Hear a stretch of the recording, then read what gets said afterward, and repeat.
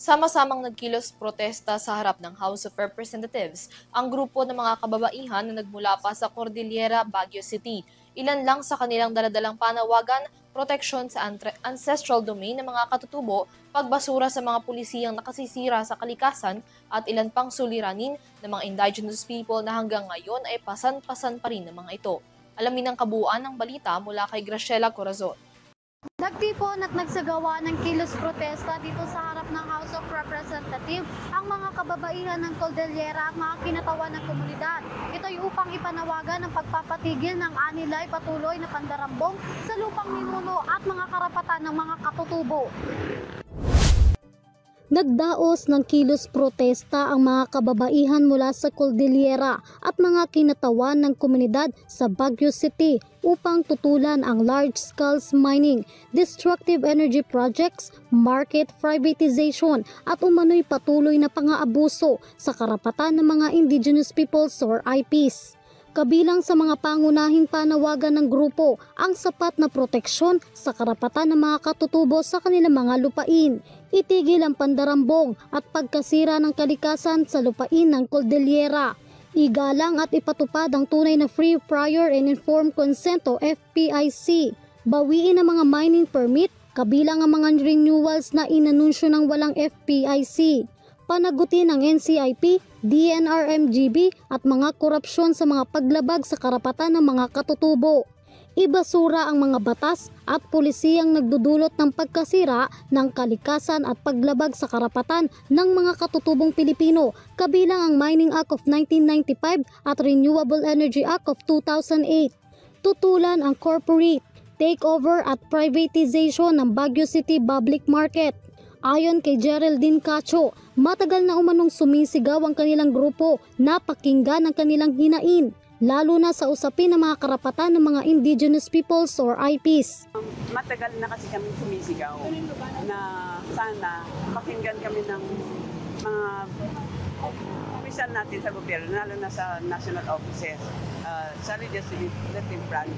Ngayon, siyempre madami kasing mga projects na nakakasira sa environment, nakakasira sa kabuhayan ng mga tao sa Cordillera at iba pa.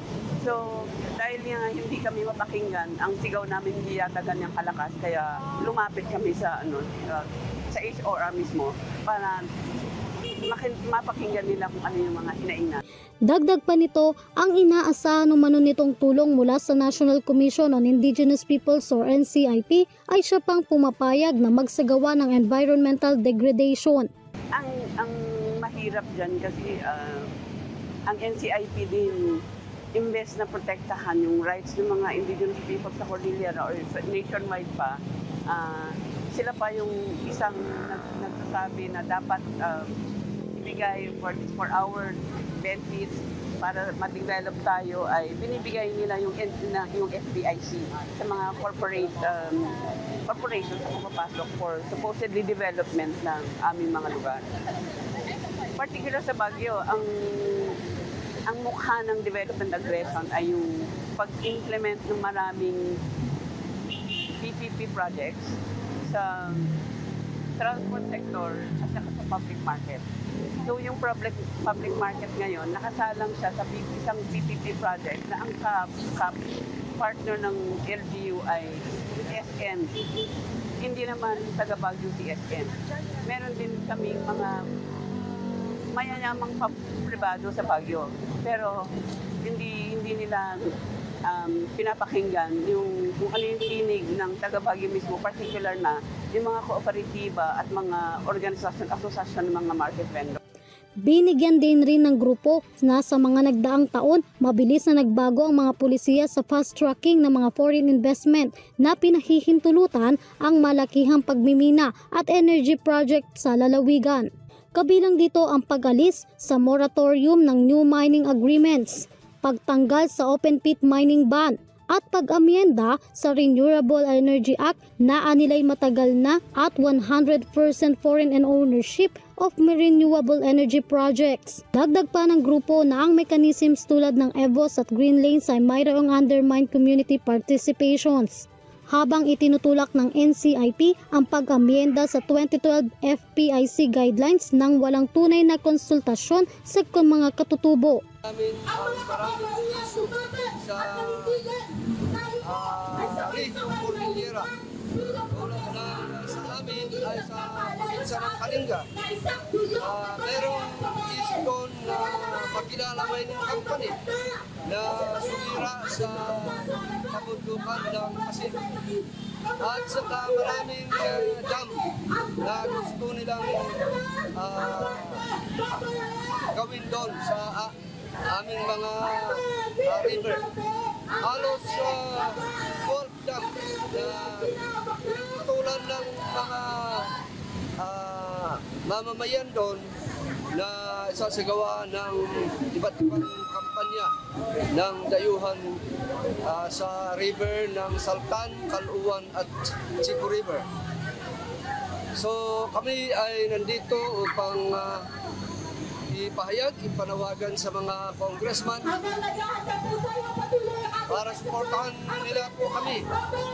Dahil ang actual po na nakikita sa dam po ay maraming na-flood kapag matindi ang pag-ulan at sabay na buksan ang gate.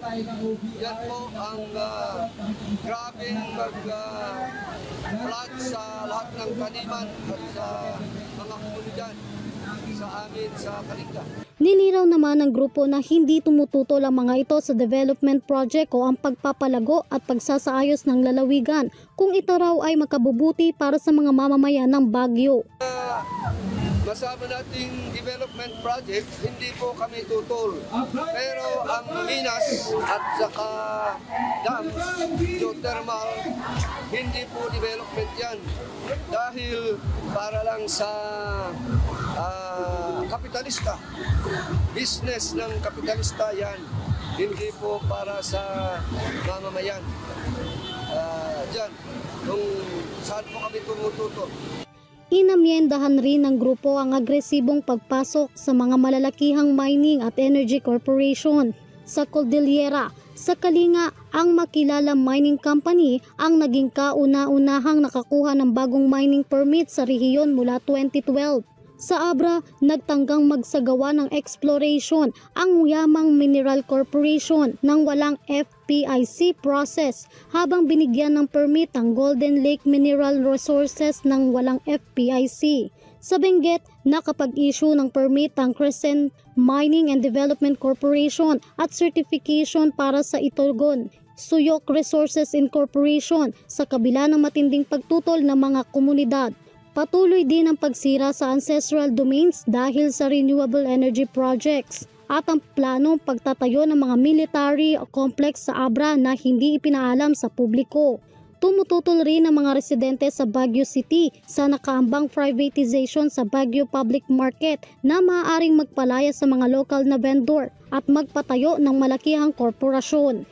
Inaasahan na magtutungo pa sa National Commission on Indigenous Peoples or NCIP, Department of Justice or DOJ at Department of Environment and Natural Resources or DNR bukas ang mga Cordillera Group upang magsumite ng petisyon, magprotesta at igiit ang karapatan ng mga katutubo sa kanilang mga lupain. Para sa EuroTV News, Graciela Corazon, sumasaludo sa bawat Pilipino.